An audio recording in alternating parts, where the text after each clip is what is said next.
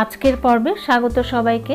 আশা করছি সবাই অনেক ভালো আছেন। আজকে আমি আপনাদের সাথে শেয়ার করতে এসেছি মাত্র 10 মিনিটে একটি ডিম দিয়ে চুলায় তৈরি পারফেক্ট ক্যারামেল পুডিং। অনেকেরই কমপ্লেন থাকে যে এই পুডিংটা ভালোভাবে জমে না, স্মুথ হয় না এবং ক্যারামেলের কালারও সুন্দর হয় না। সেই সব সমস্যার সমাধান নিয়ে আজকে আমি এই রেসিপিটি শেয়ার করছি। আশা করছি রেসিপিটি আপনাদের সহজ ও ভালোও লাগবে। আর রেসিপিটি যদি ভালো লাগে তাহলে অবশ্যই একটা লাইক দিবেন। আর আপনি যদি চ্যানেলে নতুন বন্ধু হয়ে থাকেন তাহলে অবশ্যই সাবস্ক্রাইব করে আমাকে সাপোর্ট করুন। তো কথা না বাড়িয়ে চলুন শুরু করা যাক। প্রথমে আমি পুডিংয়ের মিশ্রণটি তৈরি করে নিব। পুডিংয়ের মিশ্রণ তৈরি করে নেওয়ার জন্য আমি একটা মিক্সিং বোলের মধ্যে নিয়ে নিচ্ছি একটা ডিম। আর ডিমটা অবশ্যই রুম টেম্পারেচারে রাখা ডিম ব্যবহার করবেন। দিয়ে দিচ্ছি 2 টেবিল চামচ চিনি। চিনিটা এখানে আপনাদের স্বাদ অনুযায়ী বাড়িয়ে কমিয়ে নিতে পারেন, তবে আমি এখানে 2 টেবিল চামচ চিনি ব্যবহার করেছি, সেক্ষেত্রে মিষ্টির পরিমাণটা ঠিক আছে। তবে আপনারা চাইলে আরও 1 চামচ বাড়িয়ে নিতে পারেন। আর চিনি গলে যাওয়া পর্যন্ত এটাকে খুব ভালো করে ফেটিয়ে নিতে হবে। আর এই পর্যায়ে চিনিটা মেল্ট হয়ে গেছে আর ডিমের সাথে খুব ভালোভাবে গলে গেছে। এবারে আমি এর মধ্যে অ্যাড করছি 1 কাপ লিকুইড দুধ। দুধটাকে আগে থেকে জাল করে ঘন করে নিয়েছি, অর্থাৎ 2 কাপ দুধকে জাল করে আমি 1 কাপে করে নিয়েছি। আর ডিমের গন্ধ দূর করার জন্য এখানে আমি 1 টিস্পুন ভ্যানিলা এসেন্স অ্যাড করে দিচ্ছি। আর এই পর্যায়ে ভালো করে মিশিয়ে সাইডে সরিয়ে রাখছি। এবারে আমি ক্যারামেলটা তৈরি করে নেওয়ার জন্য চুলায় একটা ফ্রাই প্যান বসিয়ে দিয়েছি। তার মধ্যে দিয়ে দিচ্ছি 3 টেবিল চামচ চিনি। আর চুলার আঁচটা মিডিয়াম টু লোতে রেখে চারপাশ থেকে যখন চিনি এভাবে গলতে শুরু করবে ঠিক সেই পর্যায়ে একটা স্প্যাচুলা দিয়ে এভাবে আস্তে আস্তে নাড়তে হবে।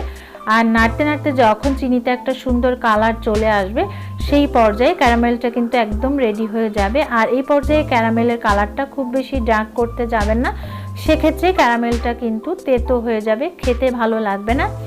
আর এই পর্যায়ে কিন্তু ক্যারামেলটা একদম রেডি হয়ে গেছে, দেখে বুঝতে পারছেন। আমি এখানে একটা ওভেন প্রুফ বোল নিয়ে নিয়েছি আর সেই বোলের মধ্যে ক্যারামেলটা দিয়ে দিচ্ছি। আর এবারে কিন্তু ক্যারামেলের কালারটা কতটা সুন্দর হয়েছে সেটা দেখে বুঝতে পারছেন। ফ্রাই প্যানে কালারটা বোঝা না গেলেও বোলের মধ্যে কিন্তু কালারটা খুব সুন্দরভাবে বোঝা যাচ্ছে। আর এই পর্যায়ে আমি খুব তাড়াতাড়ি ক্যারামেলটা ঢেলে এভাবে স্প্রেড করে চারদিকে ছড়িয়ে দিচ্ছি, এতে করে বোলের নিচে চারপাশে ক্যারামেলটা সুন্দরভাবে সেট হয়ে যাবে।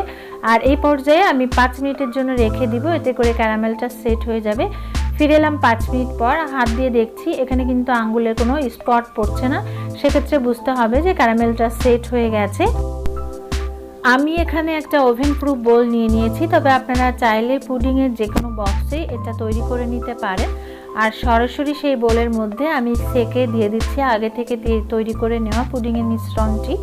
আর এই যে দেখুন এখানে কিন্তু অনেকটা লাম্পস বেরিয়েছে। আর এই লাম্পস বের করে নেওয়ার পরে পুডিংটা কিন্তু অনেক স্মুথ হবে। আর এই বোলের যে ঢাকনাটা ছিল আমি সেটা দিয়েই ঢেকে দিচ্ছি, তবে আপনাদের যদি ঢাকনা না থাকে সেক্ষেত্রে আপনারা ফয়েল পেপার দিয়েও এটাকে ঢেকে দিতে পারেন। আর পুডিংটা বেক করার জন্য আমি একটা প্যানের মধ্যে 1 কাপ জল দিয়ে দিয়েছি, তার উপরে একটা স্ট্যান্ড বসিয়ে দিয়েছি, তার উপরে বোলটা বসিয়ে দিচ্ছি। তারপর ঢাকা দিয়ে 10 মিনিট মিডিয়াম টু লো হিটে এটাকে বেক করে নিতে হবে। আর প্রথম পর্যায়ে জলে বলক আসা পর্যন্ত এটাকে চুলার আঁচটা হাই হিটে রেখে বলক আসলে চুলার আঁচটা মিডিয়াম টু লোতে করে নিতে হবে। আর এই পর্যায়ে আমি ফিরে এলাম 10 মিনিট পর। 10 মিনিট পর পুডিংটা চেক করে নিচ্ছি একটা কাঁটা চামচ দিয়ে। চামচটা কিন্তু একেবারে ক্লিন এসেছে, দেখে বুঝতে পারছেন, তার মানে পুডিংটা কিন্তু হয়ে গেছে। এরপর এটাকে ঠান্ডা করে আধা ঘন্টার জন্য ফ্রিজে নর্মাল পোর্শনে রেখে এটাকে পুরোপুরি সেট করে নেবেন। আর এই পর্যায়ে কিন্তু আমি পুডিংটা একেবারে সেট করে নিয়েছি, ঠান্ডা হয়ে গেছে আর নর্মাল ফ্রিজে কিছুক্ষণ রেখে দিয়েছিলাম। এবার এটাকে মোল্ড আউট করে নিতে হবে। অনেকের কাছেই মোল্ড আউট করাটা অনেক রিস্কি ব্যাপার, আর এটা একটা ভয়েরও ব্যাপার, তবে ভয়ের কোনো ব্যাপার নেই। মোল্ড আউট করার জন্য একটা ছুরি দিয়ে চারপাশ থেকে একটু এভাবে ছাড়িয়ে নিলে মোল্ড আউট করতে খুবই সহজ হয়ে যায়। তারপর একটা প্লেটের উপরে উল্টে দিলে এটা কিন্তু খুব সহজেই মোল্ড আউট হয়ে যায়। আর এই যে দেখুন কত চমৎকারভাবে মোল্ড আউট হয়ে গেছে আর খুব সুন্দর একটা পুডিং বেরিয়ে এসছে। আমি আপনাদেরকে কেটে দেখাচ্ছি আসলে এটা কতটা পারফেক্ট হয়েছে। আশা করছি আমার আজকের রেসিপিটি আপনাদের অনেক ভালো লেগেছে। ভালো লাগলে অবশ্যই একটা লাইক দিন আর ট্রাই করুন, কেমন হয়েছে আমাকে কমেন্ট করে জানান। চাইলে ছবি শেয়ার করতে পারেন আমার ফেসবুক গ্রুপে, গ্রুপ লিঙ্ক ডেসক্রিপশন বক্সে দেওয়া থাকবে। আর দেখলেনই তো যে কত সহজে মাত্র 10 মিনিটে একটি ডিম দিয়ে খুব চমৎকার একটি ক্যারামেল পুডিং তৈরি করে নেওয়া যায়।